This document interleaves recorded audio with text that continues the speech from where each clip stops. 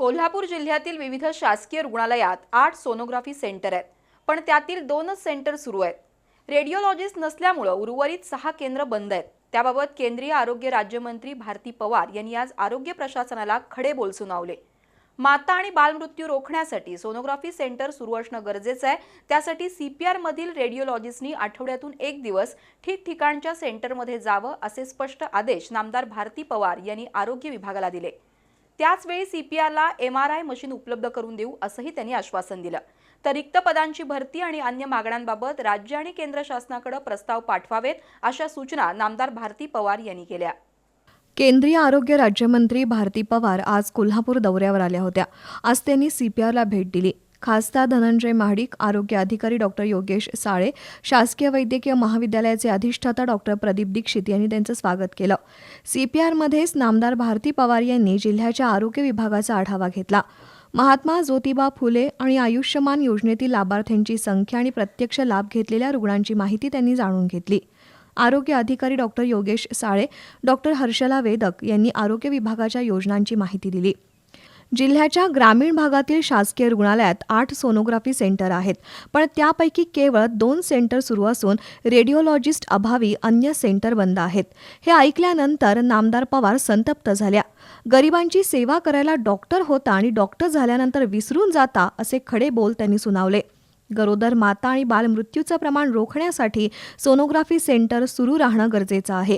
त्यासाठी वैद्यकीय महाविद्यालयातील रेडिओलॉजिस्टनी आठवड्यातून किमान 1 वेळा ग्रामीण भागातील सेंटरमध्ये जाऊन सेवा द्यावी, त्या पद्धतीनं नियोजन करावं असा सज्जड दम पवार यांनी आरोग्य प्रशासनाला दिला.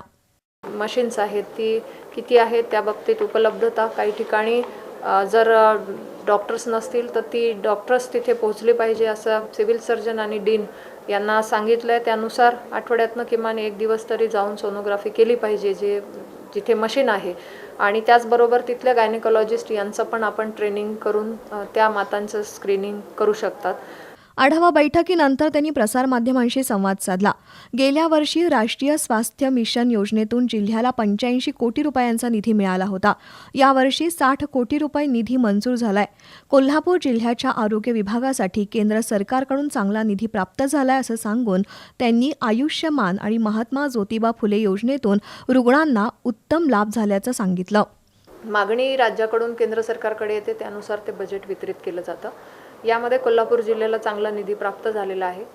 आयुष्यमान भारत प्रधानमंत्री जन आरोग्य योजना या माध्यमातून आपल्या जिल्ह्यामध्ये जवळपास 7 लाख बेनिफिशरीज आहेत. ही सेक डेटा 2011 नुसार ही यादी फायनल झालेली आहे आणि त्यानुसार जनजागृती पण करतोय आणि गावोगावी तसे ग्रामसेवक असतील किंवा ग्रामसभांमधनं त्या लिस्ट पण लावलेल्या आहेत आणि त्यानुसार 3.5 लाखचे आपण कार्ड वितरित केले आणि आतापर्यंत आपल्या कोल्हापूर जिल्ह्यामध्ये जवळपास 41,000 लाभार्थ्यांनी या योजनेतनं त्यांना मदत मिळालेली आहे. आयुष्यमान भारत योजनेतनं आपल्याकडे एम्पॅनल हॉस्पिटल त्याचे 62 आहेत. RBSK सारखी योजना आहे की ज्याच्यामध्ये केंद्र आणि राज्य सरकार मिळून पेशंटचे स्क्रीनिंग होतात, कॅम्प्स होतात आणि सर्जरीज. तर जवळपास 2300 सर्जरीज आपल्याकडे यावर्षी झालेल्या आहेत. कोल्हापुरातील शासकीय वैद्यकीय महाविद्यालयाला आधुनिक उपकरणं मिळाली पाहिजेत. त्यासाठी प्रशासनाला मागणी करावी अशी सूचनाही नामदार पवार यांनी केली. शासकीय वैद्यकीय महाविद्यालय आणि आरोग्य विभागाकडे तज्ज्ञ डॉक्टर आणि आवश्यक कर्मचाऱ्यांची संख्या कमी आहे. सीपीआरमध्ये एमआरआय मशीनची कमतरता आहे. याकडे पत्रकारांनी लक्ष वेधलं असता पदभरतीबाबत प्रस्ताव पाठवावा, एमआरआय मशीन लवकरात लवकर उपलब्ध करून देऊ असं आश्वासन नामदार पवार यांनी दिलं.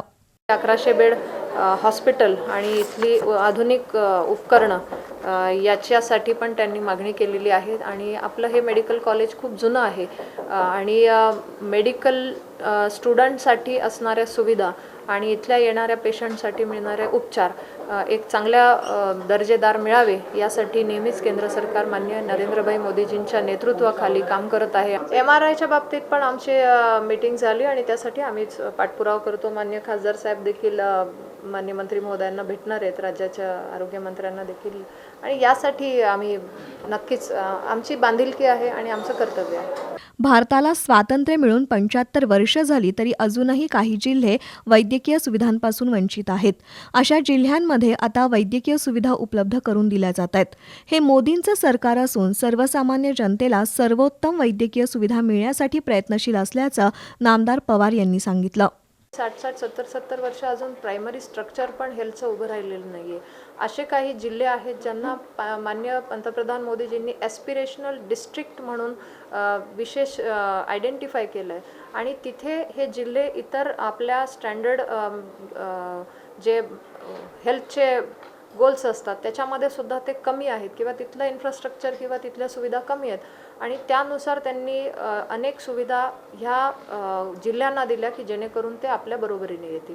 म्हणजे असं लक्षात येतं की मग इतके वर्ष का नाही पोहोचल्या त्या सुविधा, हे वंचित का राहिले, आणि त्याच्यामुळेच आता आम्ही तर असं म्हणतो की आता तो जमाना गेला आहे की अब चलता है चलेगा, असं नाही. तर आमचं म्हणणं आहे आता हे मोदीजींचं सरकार आहे आणि राज्यातही आमचं सरकार आहे आणि डबल इंजिनचं सरकार आहे, तर आता तात्काळ सुविधा देणं आपलं कर्तव्य आहे. मुंबईमध्ये गोवरचा फैलाव वाढत असल्यानं केंद्रीय पथकं दाखल झाली होती.